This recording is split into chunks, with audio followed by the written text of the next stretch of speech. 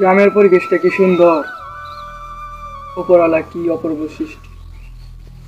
সবকিছু তো ঠিক আছে, কিন্তু ফিলিস্তিনবাসীদের উপর যেভাবে অত্যাচার করা হচ্ছে।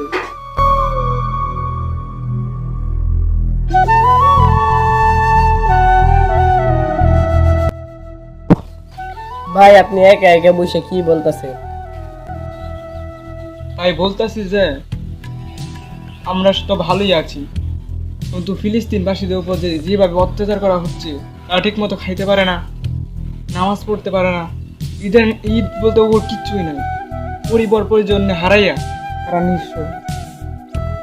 ওদের কথাই বলতেছে একলা একলা বসে।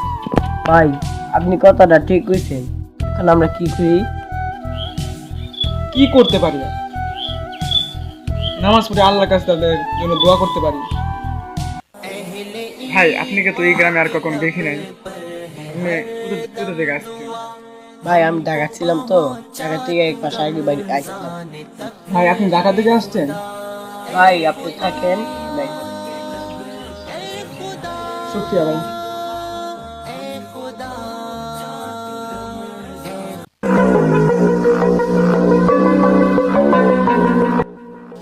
ফিলিস্তিনবাসীদের উপর কিভাবে অত্যাচার করা হচ্ছে।